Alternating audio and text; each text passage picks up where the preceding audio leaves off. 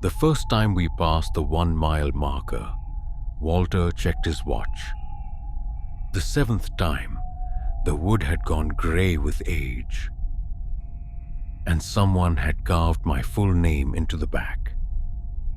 Daniel Cross. Under it were 4 words. Don't let it count you. There were 4 of us on that trail, but when the footsteps started behind us, I counted 5. I work search and rescue out of North Ranger Station in the southern Appalachians. 9 years of active service. Long enough to trust my instincts, and long enough to know when my instincts are not the thing I should be afraid of. I have been lost before. I have followed bad maps, crossed trails, erased by storms, and spent entire nights walking in circles through fog so thick I could not see my own boots. That was not what happened in Black Hollow. We were not lost. The trail knew exactly where we were.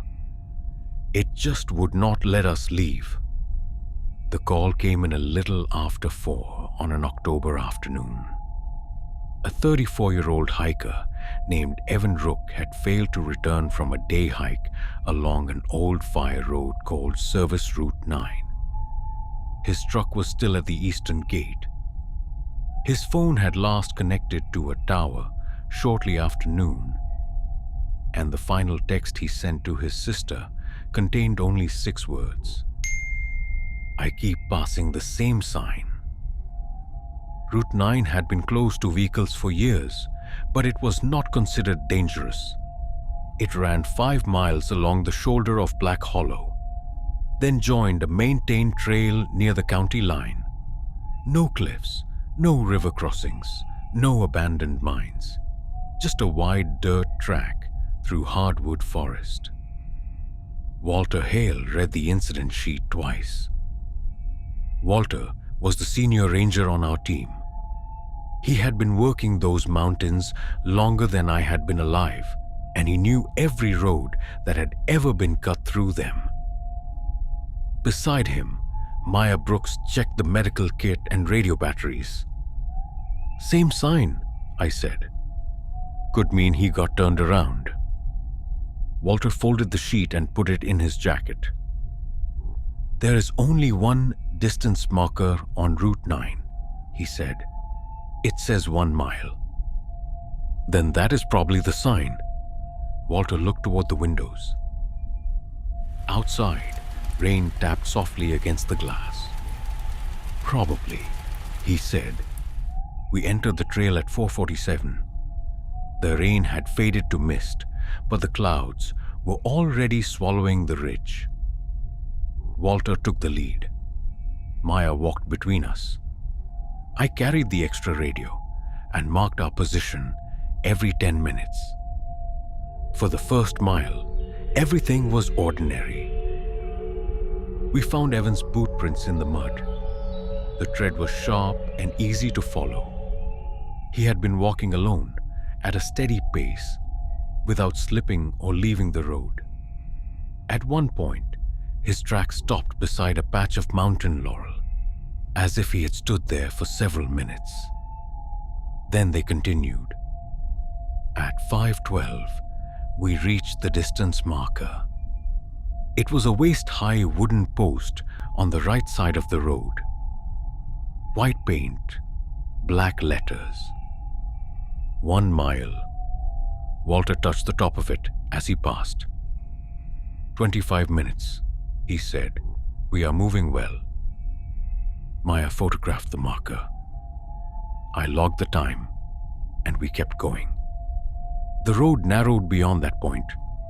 Wet branches leaned over us, and the ground began to climb. Evan's tracks remained clear. After another 15 minutes, we found a fresh energy bar wrapper pressed into the mud. His name was written on it in black marker, matching the emergency contact's description of his gear. That was good news. It meant we were close. At 5:38, Walter stopped. The same wooden post stood ahead of us. White paint, black letters, 1 mile. Maya gave a small nervous laugh. There must be 2 of them. Walter did not answer. He crouched beside the post and brushed mud away from its base. Then he stood and showed us his glove.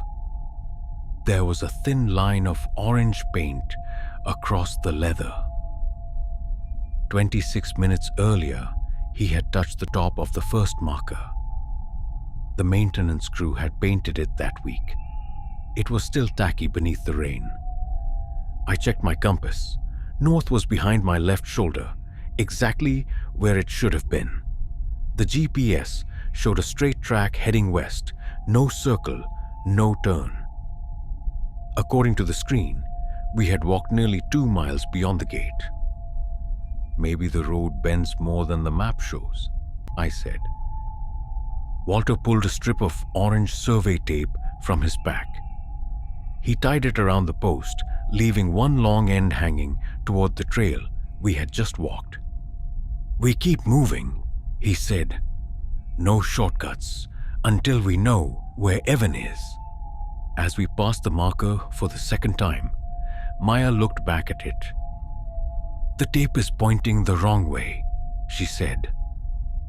I turned just enough to see. The loose end was hanging toward us. There was no wind. We continued west. The light faded faster than it should have. Our headlamps came on at 6, though sunset was still more than half an hour away. The forest beyond the road looked flat and colorless, like a photograph stretched between the trees. Evan's prints were still ahead of us. That was the part I could not explain. If we had somehow circled back, we should have crossed our own tracks. Instead, one set of boot prints led forward. Only forward. At 6:11, the marker appeared for the 3rd time. The orange tape was tied around it, but it was not fresh anymore. The color had faded to pale yellow. The cut edges were frayed. Moss had grown over the knot. Maya reached toward it. "Don't," Walter said. She froze. Walter leaned close without touching the tape. His face changed. "What is it?" I asked. I tied a square knot. "And?" "That is a bowline." The radio on my shoulder clicked. For half a second, we heard a man breathing.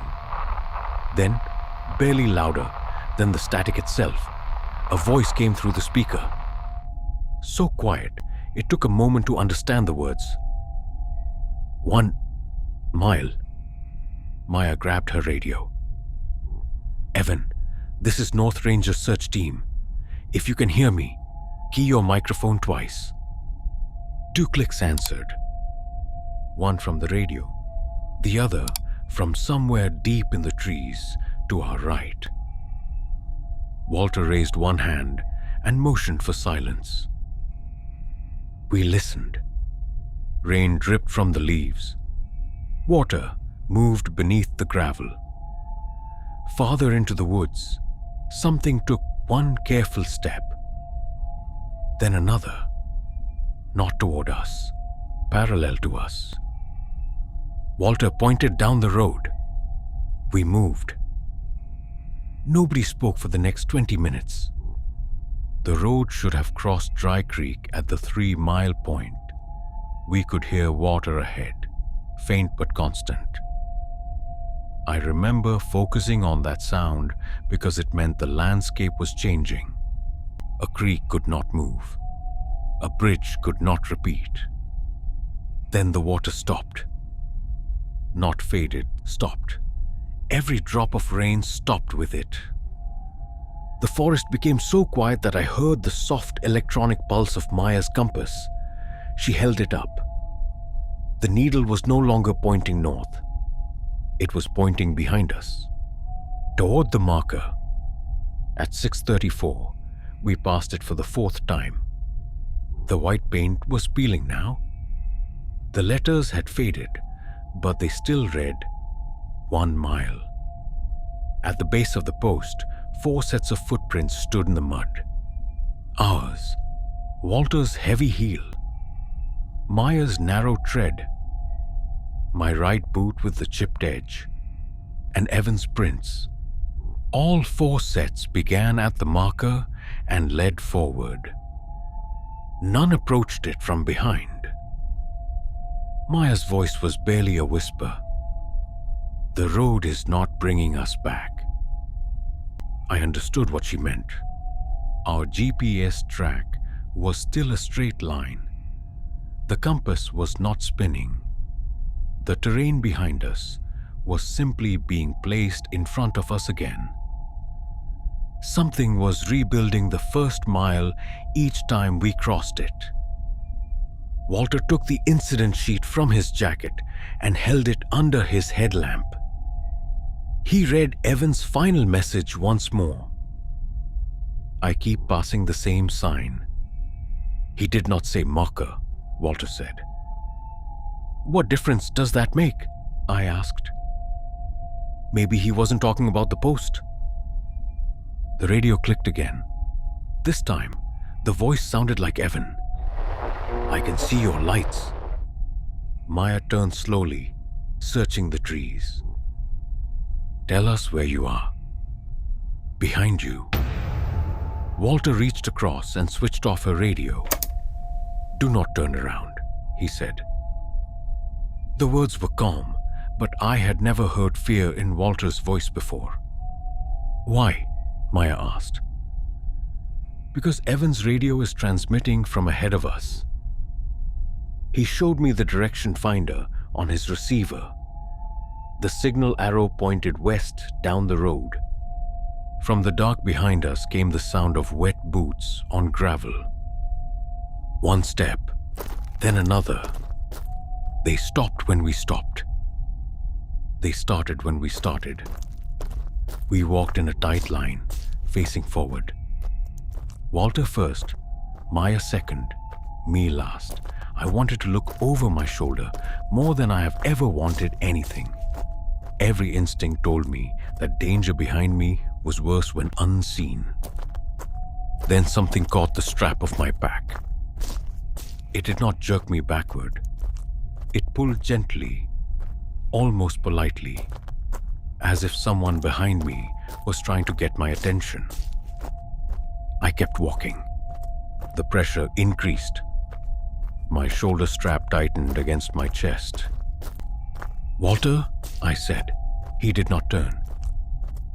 He reached back with his rescue knife and cut the loose strap in one motion. Whatever held it did not let go.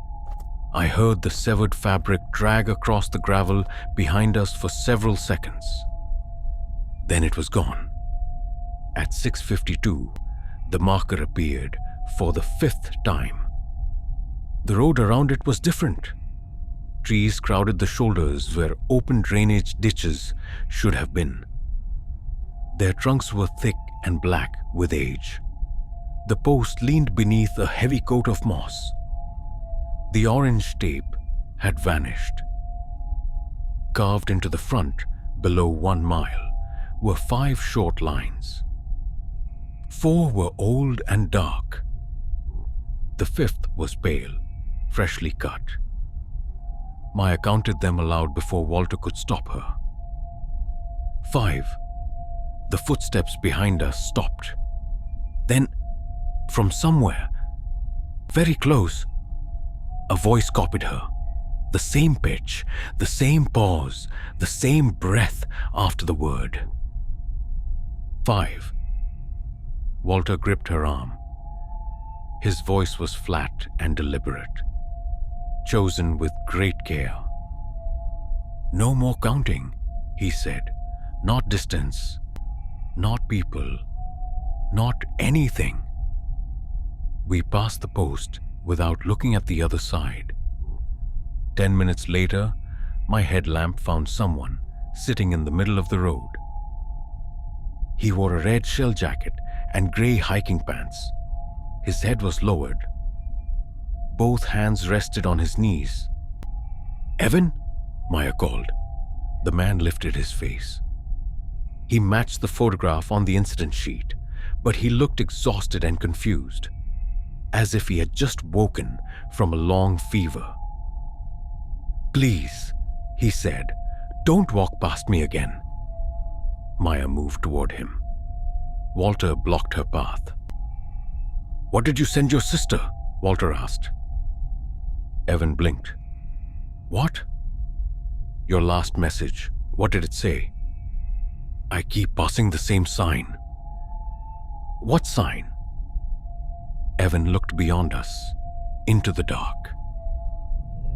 "The three of you." He said he first saw our headlamps at midday. 3 people in a line, walking toward him from far down the road. Whenever he called out, the lights stopped. Whenever he moved closer, the road stretched between them. Then he would pass the 1-mile marker and see the same 3 lights ahead again. Hours before our search team entered the trail, Evan had been following us. Maya checked him quickly. No serious injury. Dehydrated, cold, pulse racing, but able to walk. She gave him water and hooked one arm through his. 4 of us moved forward. Behind us, 5 sets of footsteps followed. Nobody counted them aloud. At 7:15, we reached the marker for the 6th time. The post was split down the center. One half still carried the words 1 mile. The other had rusted metal badge nailed to it. North Ranger Station. The badge design had not been used in more than 30 years. Walter stared at it. "You know that badge," I said. He nodded once. A search team went missing near Black Hollow in 1994. 3 rangers, 1 missing hiker. They found their truck, their radios, and nothing else. Why isn't that in the route file? Because Route 9 did not exist until 1998. Evan began to shake. "It wants us to pass again," he said. "Then we leave the road," Maya said. Walter looked at the trees. "We tried to hear Dry Creek earlier. It should be south of us. If we reach moving water, we follow it downhill." Maya raised her compass. The needle pointed at the marker. Walter put it away. "No instruments, no distance, no counting. Pick a direction and keep it." We stepped off the road together. The forest resisted us from the first step. Laurel branches locked across our legs. Roots rose under the leaves where our boots were about to land. Our headlamps illuminated the same white-barked tree again and again, even though we never changed direction. Behind us, the footsteps stayed on the road. They moved faster now, crunching gravel, stopping, crunching again, waiting for one of us to look. Then Walter's voice called from behind me. "Daniel." Walter was several feet ahead. He did not turn. The voice behind me came again, closer. "Daniel, you dropped your radio." My radio was still clipped to my shoulder. The thing behind us tried Maya's voice next, then Evan's, then mine. Each one perfect, each one asking us to stop, to turn, to check whether everyone was still there. Walter kept saying the same sentence, low, steady, unbroken. "If you can see the person speaking, answer. If you cannot, keep walking." We repeated it until it became a rhythm. If you can see them, answer. If you cannot, keep walking. The ground dropped sharply. I heard water. Real water this time. Uneven. Fast. Striking stone. We pushed through a wall of rhododendron and reached Dry Creek. For one breath, I thought we had escaped. Then I looked across the water. The 1 mile marker stood on the opposite bank. The 7th marker. It was almost colorless, gray and cracked, older than every tree around it. The words on the front had worn away. Walter told us not to cross, but the creek was flowing uphill. Leaves moved against the current, climbing toward the ridge. The water was not leading us out. It was feeding back into the road. Evan made a small sound beside me. He was staring at the back of the post. Something had been carved there, in fresh, clean letters. My full name, Daniel Cross. Below it, cut into the wood with slow, deliberate strokes, were 4 words I realized, with cold and absolute certainty, had been meant for me alone. Don't let it count you.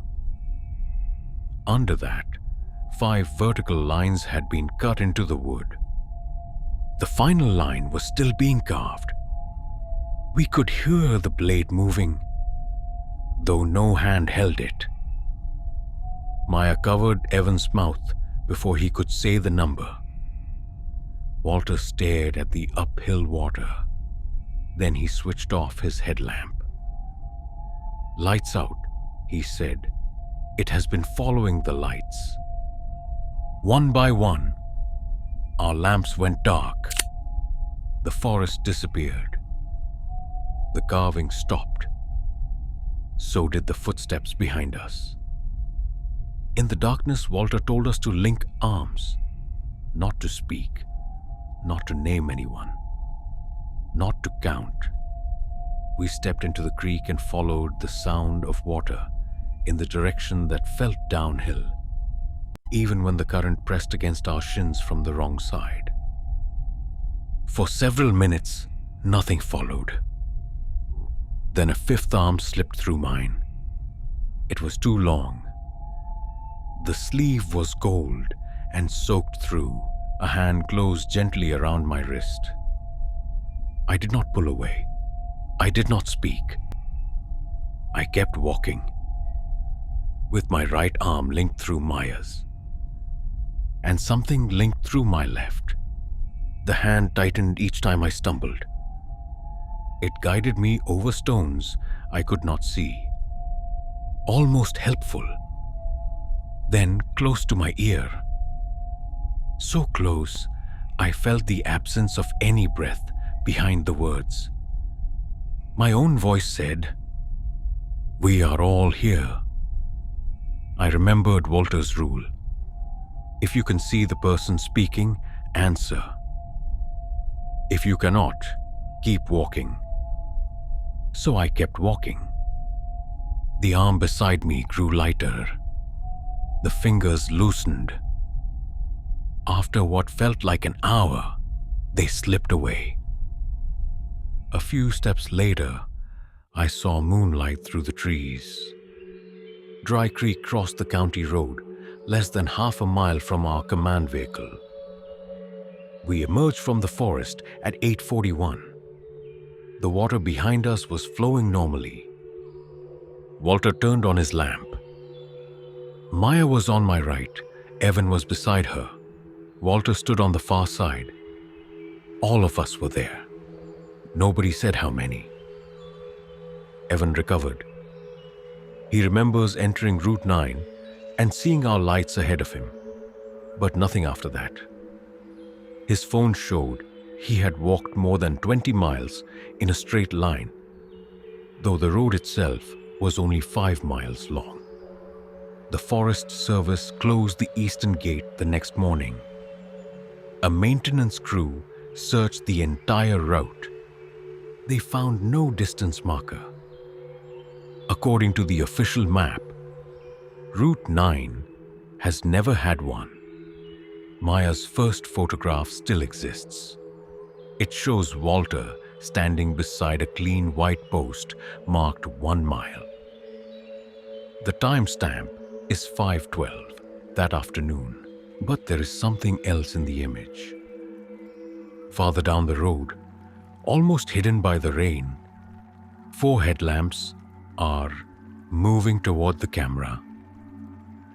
3 belong to our team.